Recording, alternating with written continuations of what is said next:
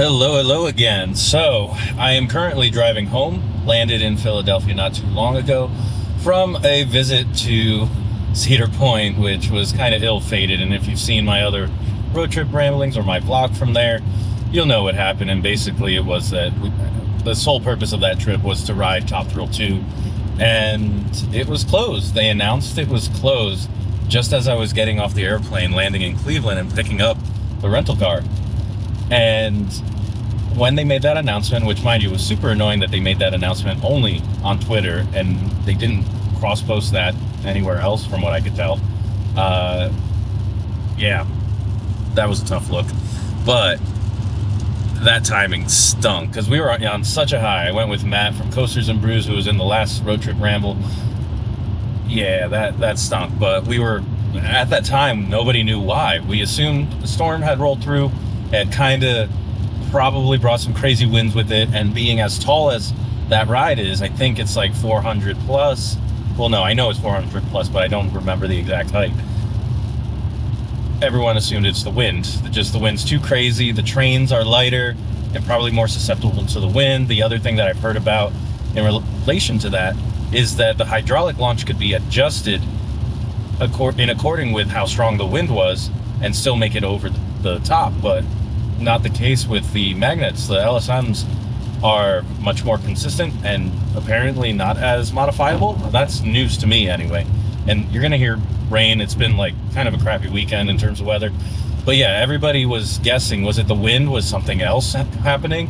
And then sure enough, today, you know, we went there just for the day. So I landed and saw that Cedar Fair had posted. And what did they say? They called out Zamperla just directly. Like, no, it wasn't us, guys. It was Zamperla, the manufacturers.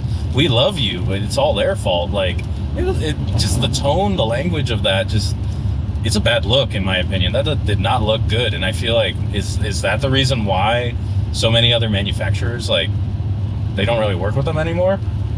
Are they tough to work with? Is that a thing? Please let me know if you guys know more of the tea about that. But I know that they don't really work with Intamin anymore because for reasons. I don't know. It's something that I have to look into. But apparently there's some modifications coming. Care of Zamperla, they need to make some modifications. Now, I did see on my Instagram stories on Thursday that there was a lot of rollbacks. It was having trouble. They took one of the trains off, apparently, and Friday it ran normally, but then Saturday they didn't open it at all today, or at all yesterday. So I'm left wondering, what could it be? Because the trains are lighter. It's a prototype, obviously, so there's a whole lot that comes with that, a lot of unknowns and things that need to be worked out. And I'm surprised. Is Cedar Point one to normally go for prototypes? Because I feel like at that park, it is very important to have good uptime, and Dragster, sadly, never really did. It was not known for its reliability, and I would just hate to see that Top Thrill 2 kind of share in that tradition, because right now it was operating, I think, since like late April, so maybe this would be its third week or so. Yeah, I think this is like the third week, and it's already having issues. That's rough. That's something that they didn't figure out with like water dummies or anything like that, or just based on the math. There must be some way to kind of predict, but what do I know? I've never designed or had to engineer anything approaching a roller coaster, so who knows?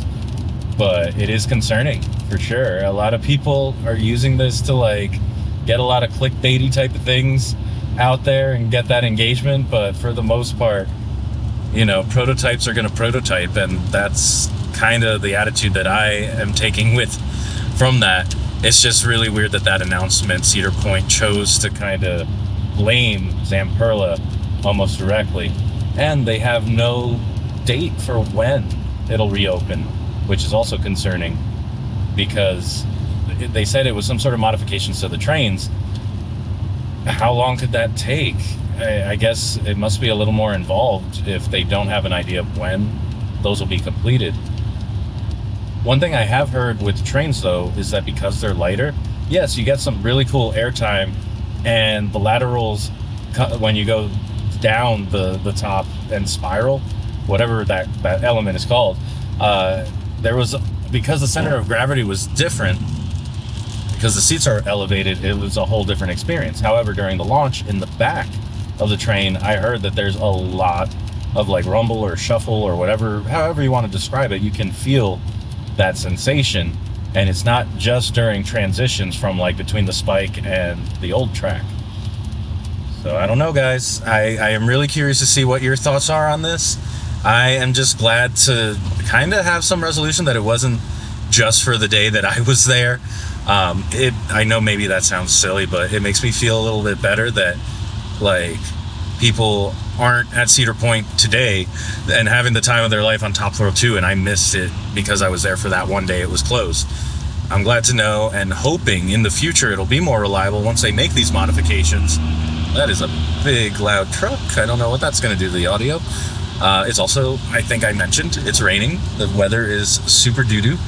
But yeah, I am hopeful that over the summer they'll have things squared away, and hopefully the reliability is going to be there as Cedar Point has promised. Not just Zamperla, you know. Cedar Point shares a little bit of this blame because they're the ones who approve all this stuff. Like, surely they should have put out an announcement that felt a little more collaborative and more like, hey, we are taking care of this, not, hey, Zamperla messed up and they're gonna take care of it. Like, I'm still kind of stuck on that. Like, it was not a good look. Anyway, that's just some of the things that I was thinking about while driving home after a somewhat successful Cedar Point day yesterday, but no Top Thrill 2. That's gonna have to wait for like July or August at this point because I'm already booking everything that I have for the summer. So yeah, let me know your thoughts on all of this Top Thrill 2 stuff and just like Cedar Point drama with roller coaster manufacturers in general.